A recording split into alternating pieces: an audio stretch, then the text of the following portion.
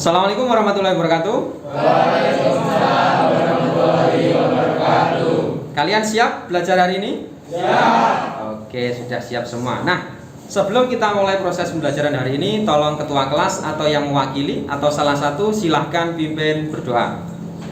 Sebelum memulai pembelajaran pada pagi hari ini, marilah kita berdoa menurut agama dan kepercayaan masing-masing. Berdoa mulai. Berdoa selesai. Beri salam. Selamat pagi, Pak. Oke, selamat pagi juga anak-anak. Alhamdulillah hari ini kita diberi kesempatan sehingga bisa melaksanakan proses tatap muka kita seperti biasanya. Patut kita syukuri. Anak-anakku sekalian, ya, kita tadi sudah selesai melaksanakan proses berdoanya. Hari ini kita niatkan belajar supaya kita benar-benar mendapatkan manfaat yang baik dalam proses pembelajaran hari ini. Anak-anak, untuk mengetahui keaktifan kalian, daftar hadir kalian, Bapak akan melakukan presensi terlebih dahulu, ya. Ini saya presensi karena ini sesi 2 ya yang masuk. Berarti yang bawah coba saya absen. Luciana Septia. Oke. Arifin Latif. Oke. Marcella. Khairul Razikin. Oke. Rizal Nabila. Ada. Andi Kurniawan. Ada. Naufal. Ada, Pak. Alhamdulillah sudah selesai kita laksanakan proses presensinya dan terdapat ada 2 teman kalian yang tidak masuk hari ini dikarenakan sakit. Kita doakan semoga segera lekas sembuh dan segera bisa mengikuti proses pembelajaran seperti yang kita laksanakan hari ini. Kita doakan sama-sama ya. Ya. Anak-anakku sekalian, ya, hari ini merupakan hari yang sangat istimewa sekali untuk kita semua. Kenapa? Karena hari ini sangat cerah sekali dan alhamdulillah hampir masuk semua, walaupun tadi ada 2 teman kalian yang tidak hadir. Nah, anak-anak, kemarin ya, Bapak sudah melakukan analisis di pertemuan kemarin. Bapak sudah melakukan analisis kepada kalian melalui observasi dan akhirnya sudah ada hasilnya ya, bahwa ada 8 teman kalian yang suka menggambar menggunakan AutoCAD dan 7 teman kalian yang suka menggambar menggunakan aplikasi SketchUp. Pada pertemuan kemarin sudah Bapak lakukan analisis ya, Bapak observasi juga keliling-keliling ya. Ternyata kebutuhan belajar atau profil belajar kalian itu suka menggambar ya, padahal ada banyak sekali aplikasi, contohnya Archicad, ada AutoCAD, ada SketchUp, sama yang 3D-nya yang lebih mantap lagi itu adalah Lumion.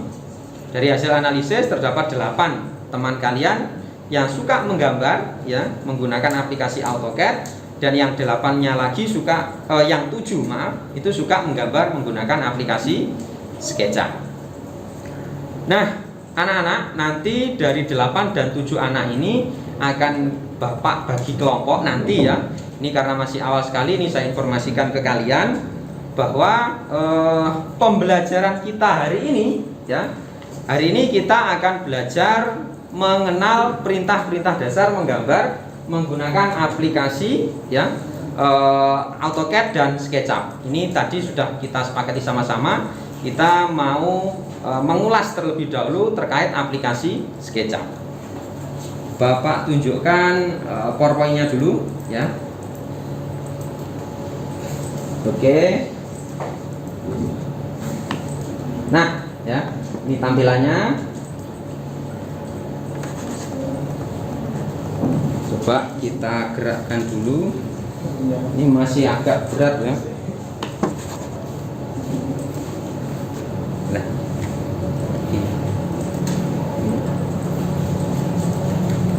Nah, tujuan pembelajaran kita pada pagi hari ini ya.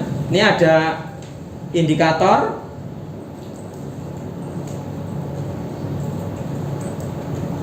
Nah,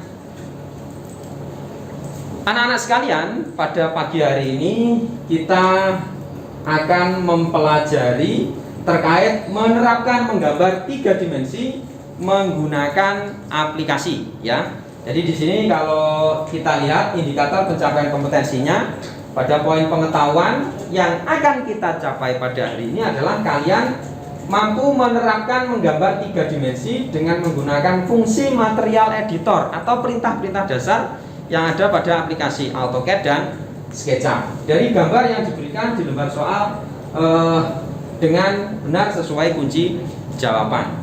Selanjutnya lagi terkait penilaian sikap ya. Di sini kalian nantinya itu akan mampu meyakinkan diri kalian bahwa kalian itu bisa benar-benar menggunakan fungsi material editor dari 2 aplikasi yang masing-masing kelompok nanti itu pahami ya.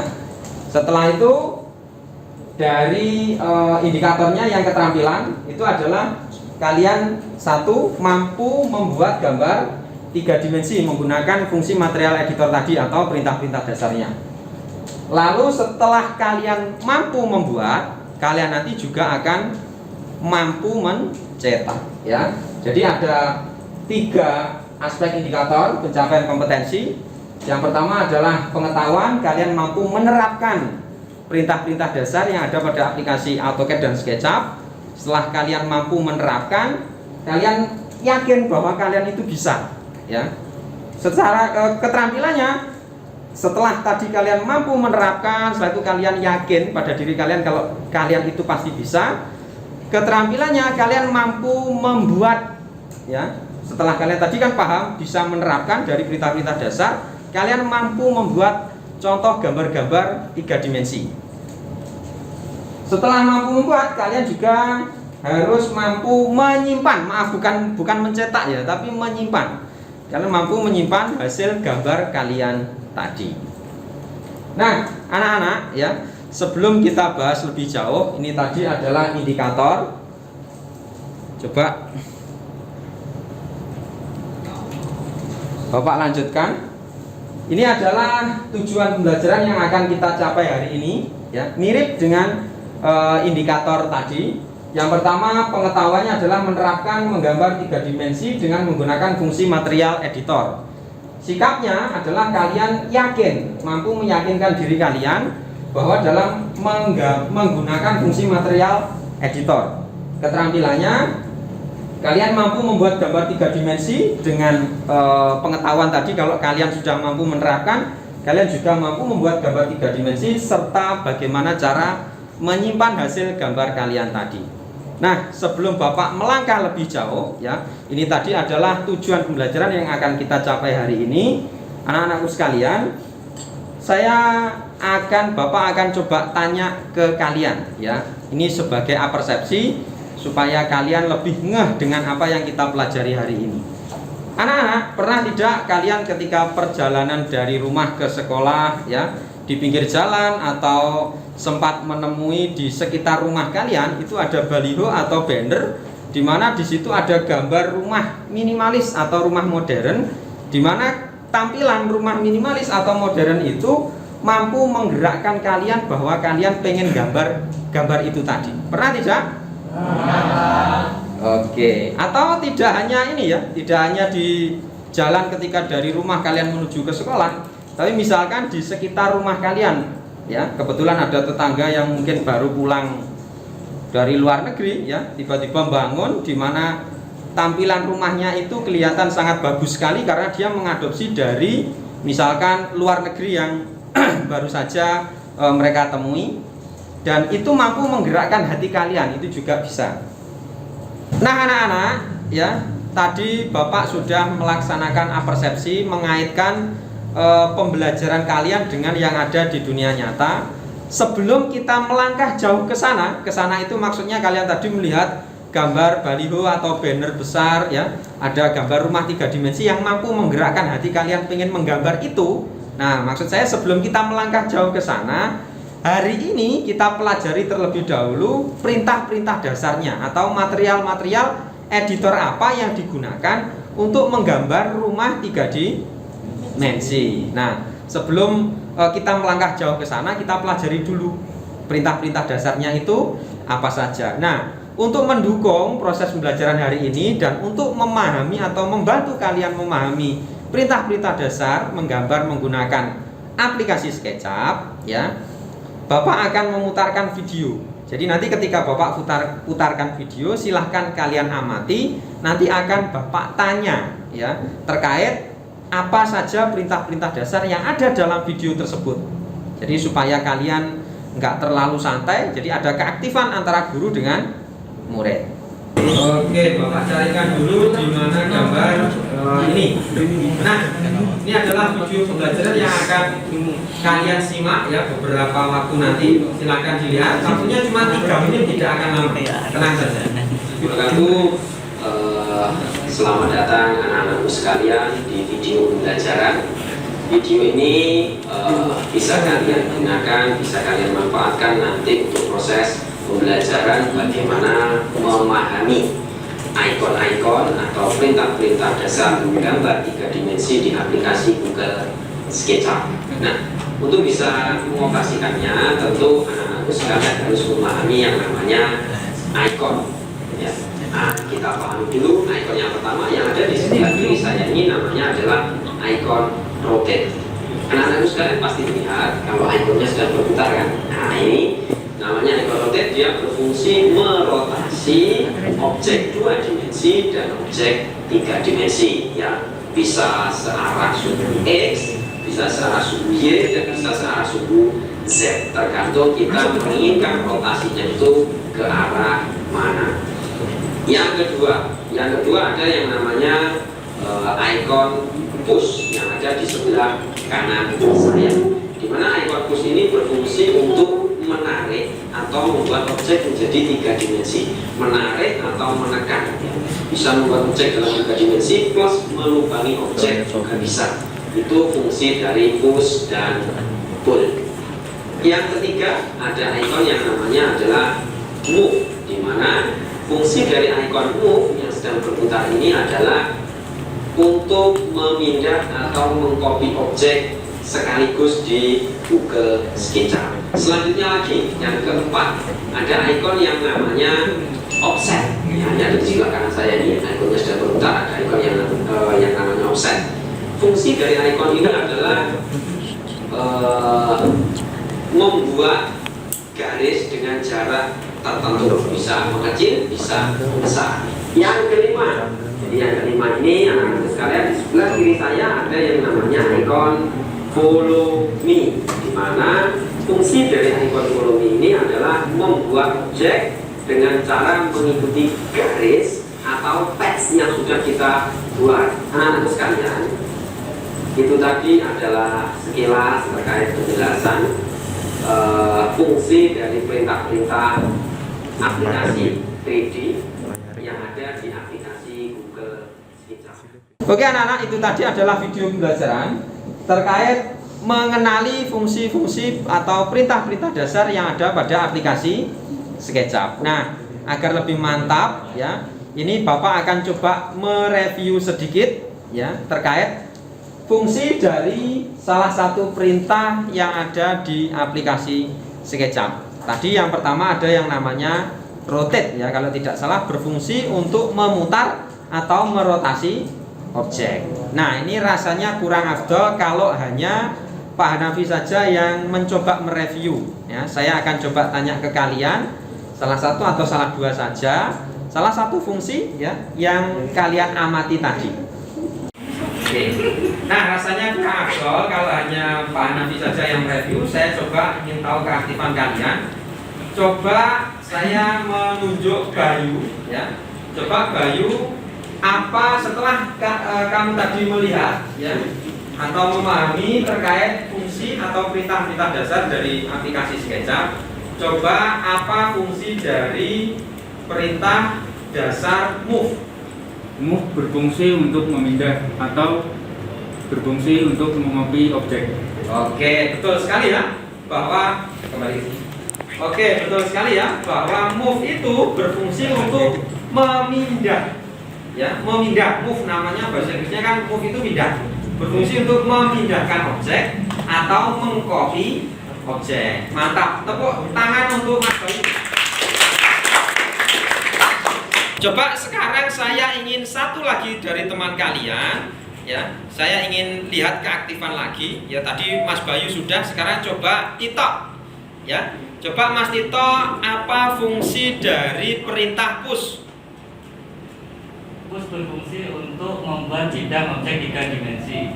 Oke, betul sekali. Jadi push itu berfungsi untuk membuat objek menjadi 3 dimensi. Tapi tidak hanya itu saja, anak-anakku sekalian. Push juga bisa berfungsi untuk melobangi objek. Oke, tepuk tangan untuk Mas Tito.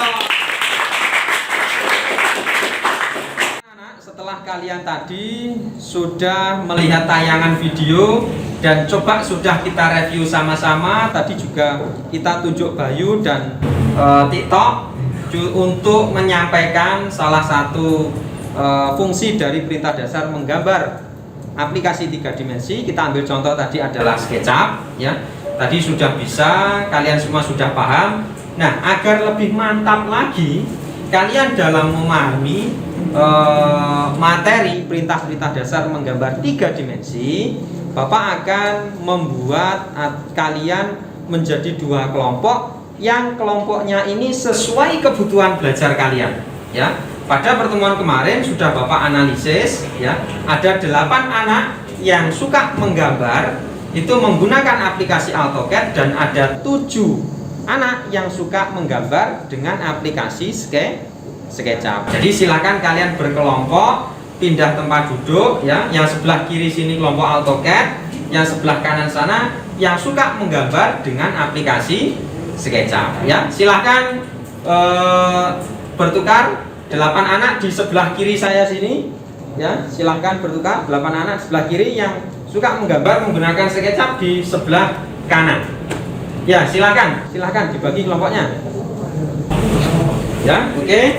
Yang sebelah kiri suka menggambar dengan aplikasi AutoCAD.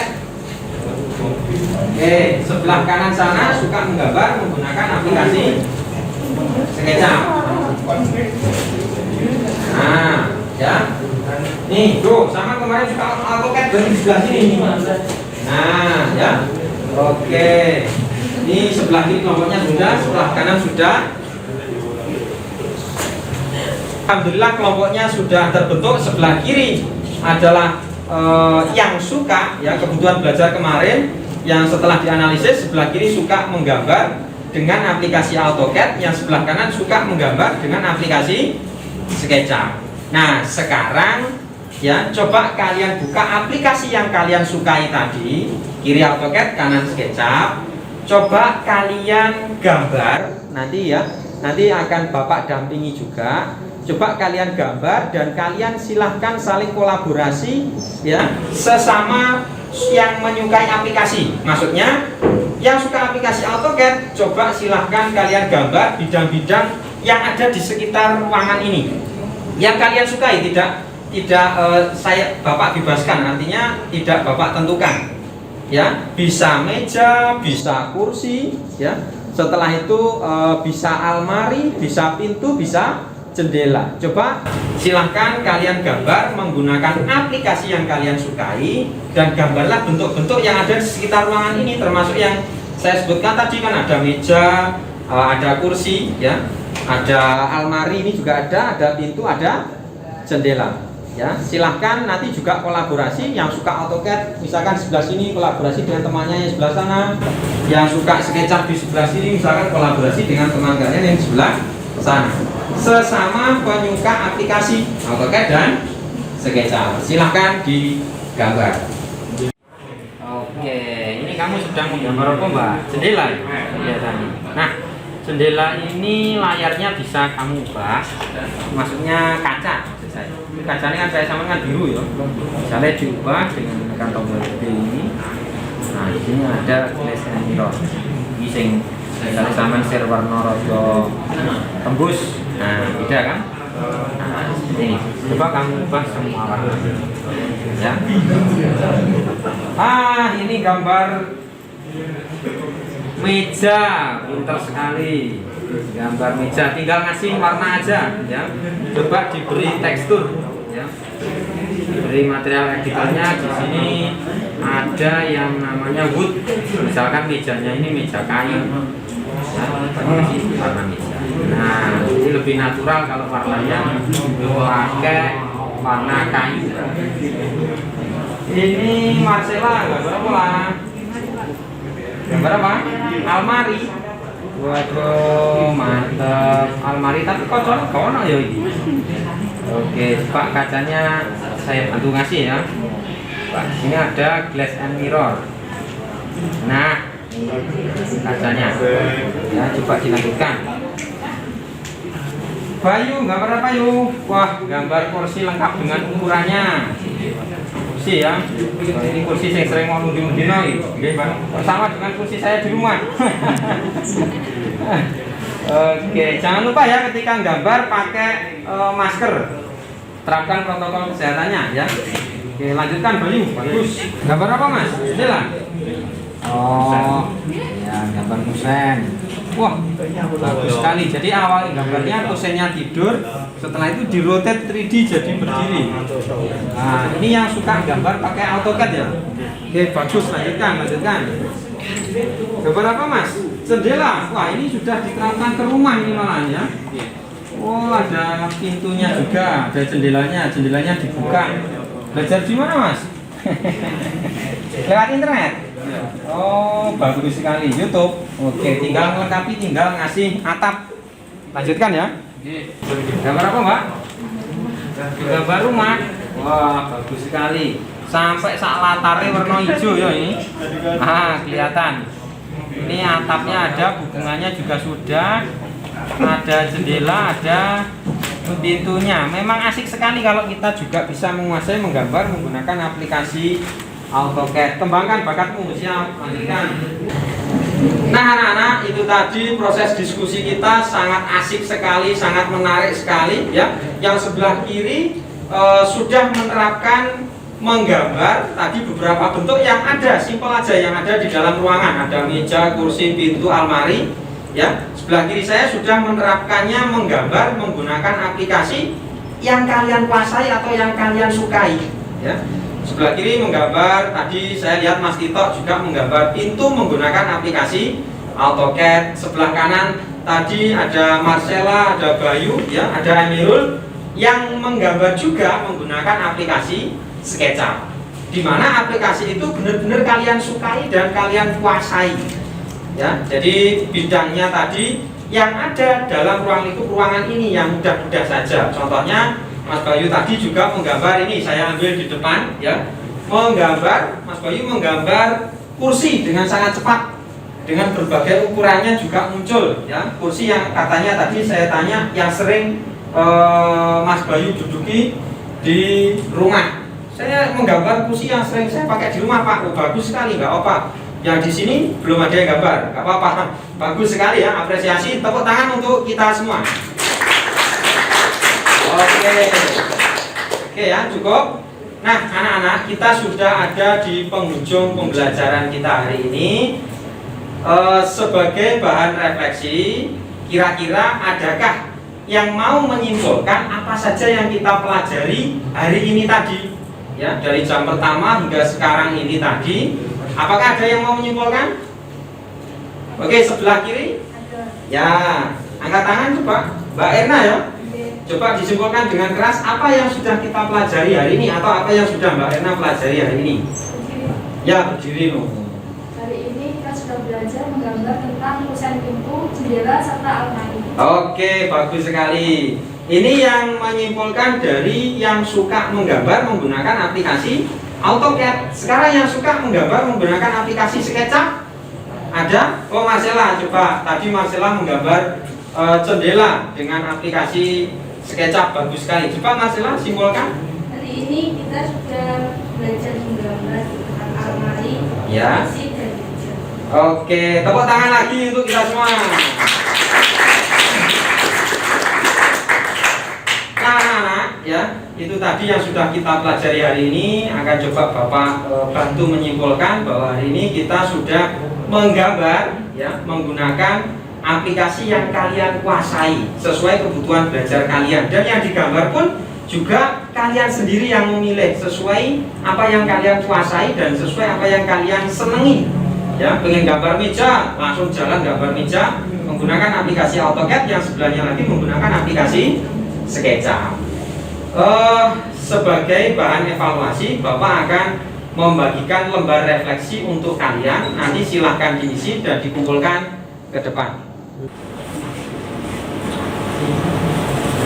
Diisi ya, ini lembar refleksi kita pada pembelajaran hari ini. Kita diisi.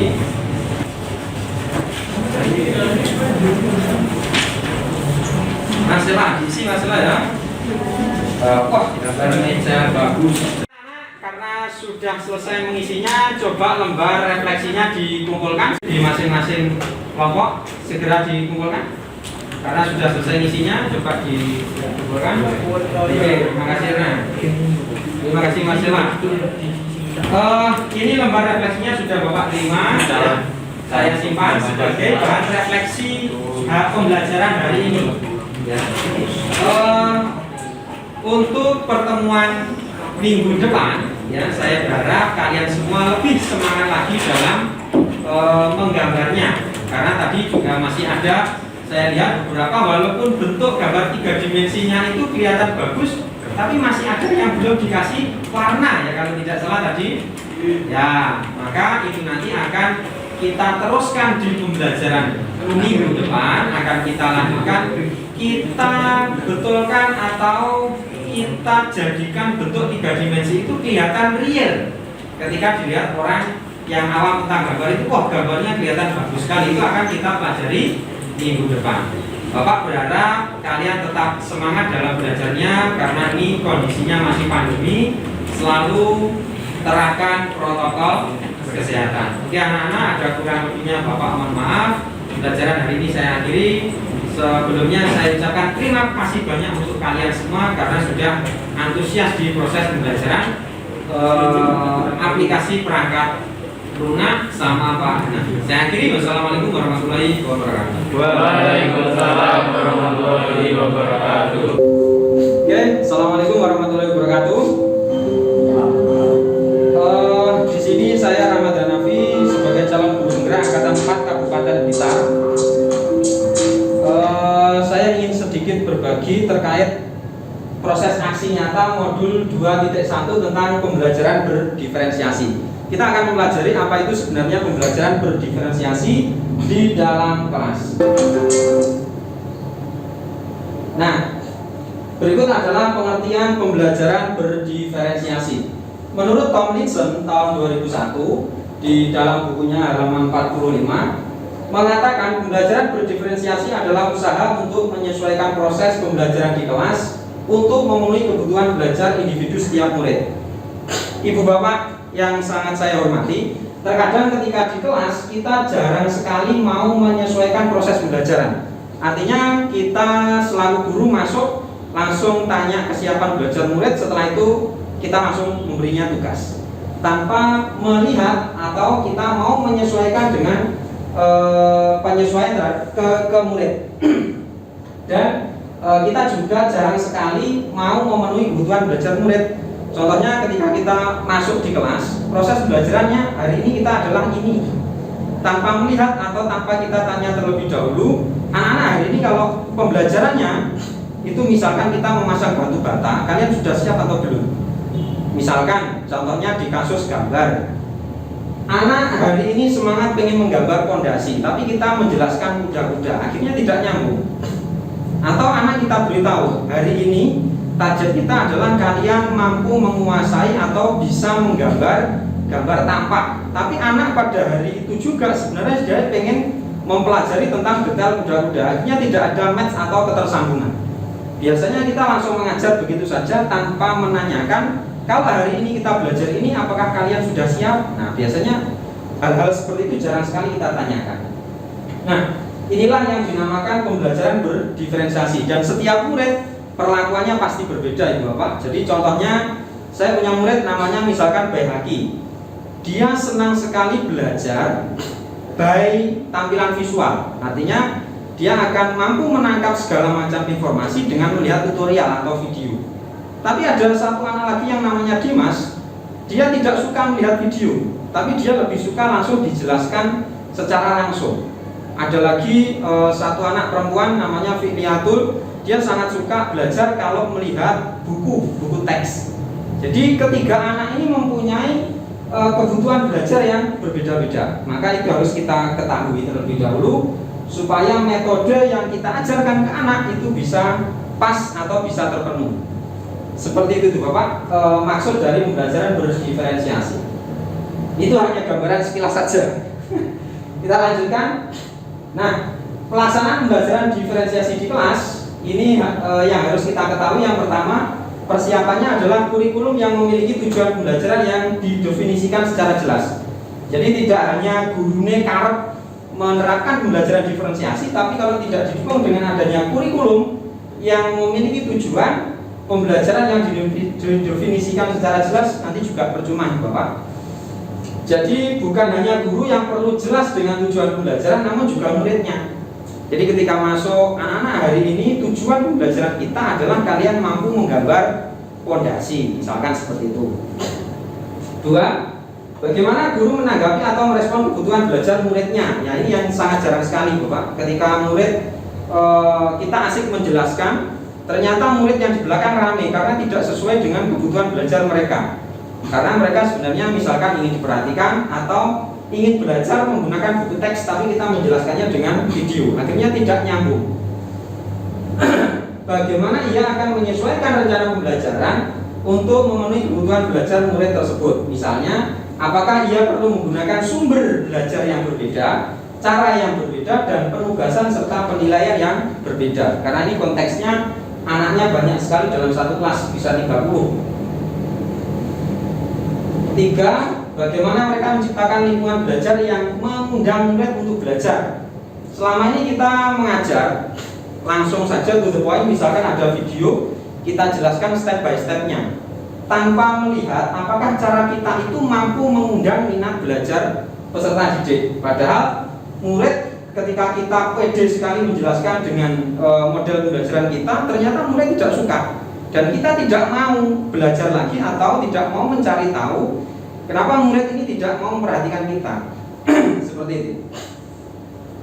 Dan bekerja keras untuk mencapai tujuan belajar yang tinggi. Kemudian juga memastikan setiap murid di kelasnya tahu bahwa akan selalu ada dukungan untuk mereka di sepanjang prosesnya. Ini yang harus kita yakinkan ke murid. Walaupun murid itu metode belajarnya berbeda, tapi kalau kita mampu meyakinkan mereka dan memberi dukungan untuk mereka di sepanjang prosesnya, itu akan menambah semangat belajar murid.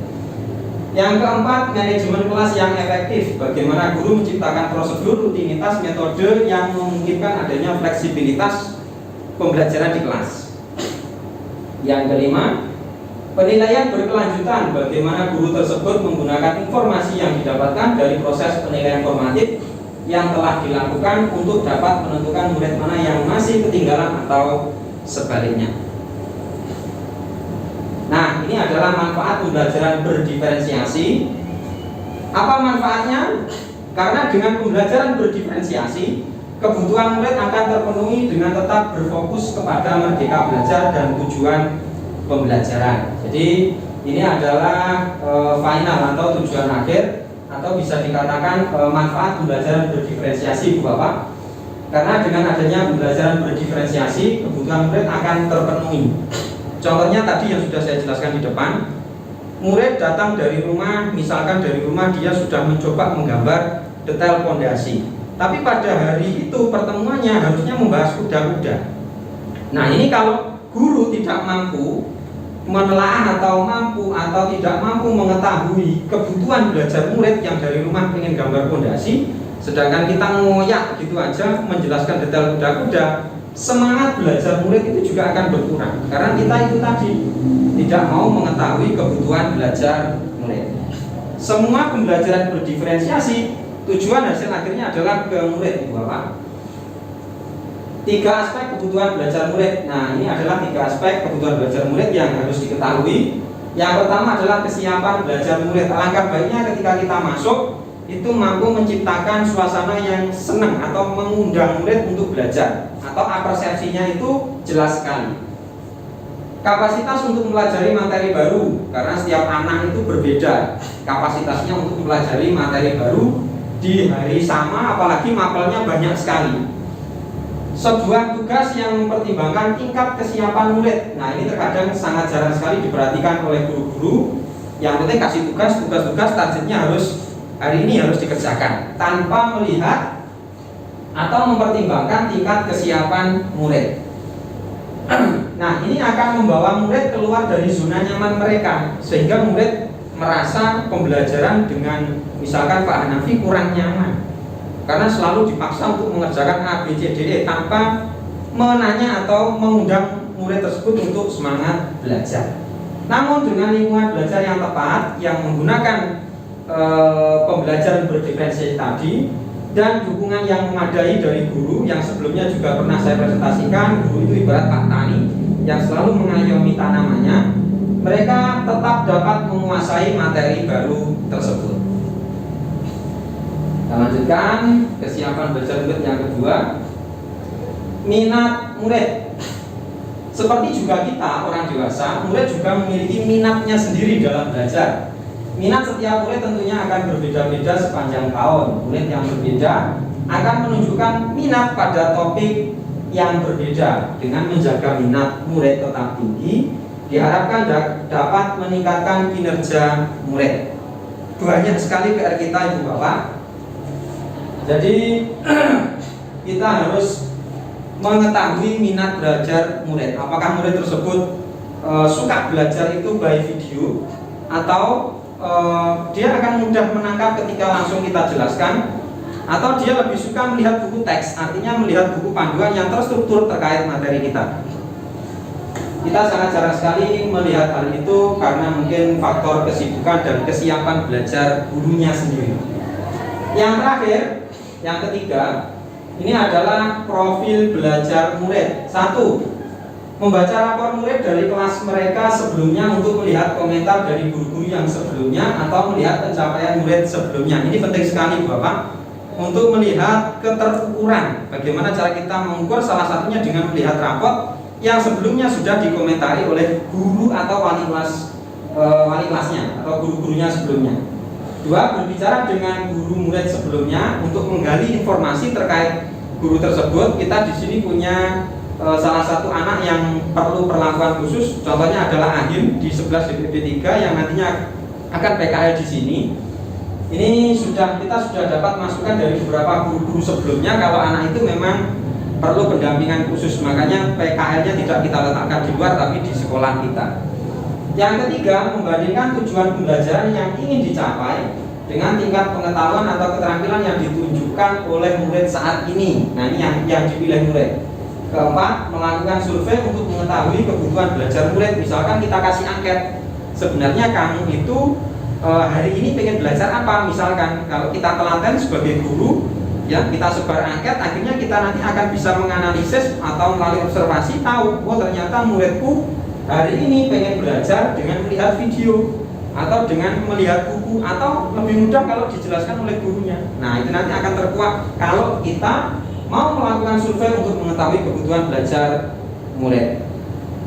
Nah, terima kasih Ibu Bapak. Itu tadi adalah sekilas terkait proses pembelajaran berdiferensiasi yang bisa kita terapkan, kita kembangkan di kelas kita masing-masing. Ada kurang lebihnya saya mohon maaf. Saya akhiri. Wassalamualaikum.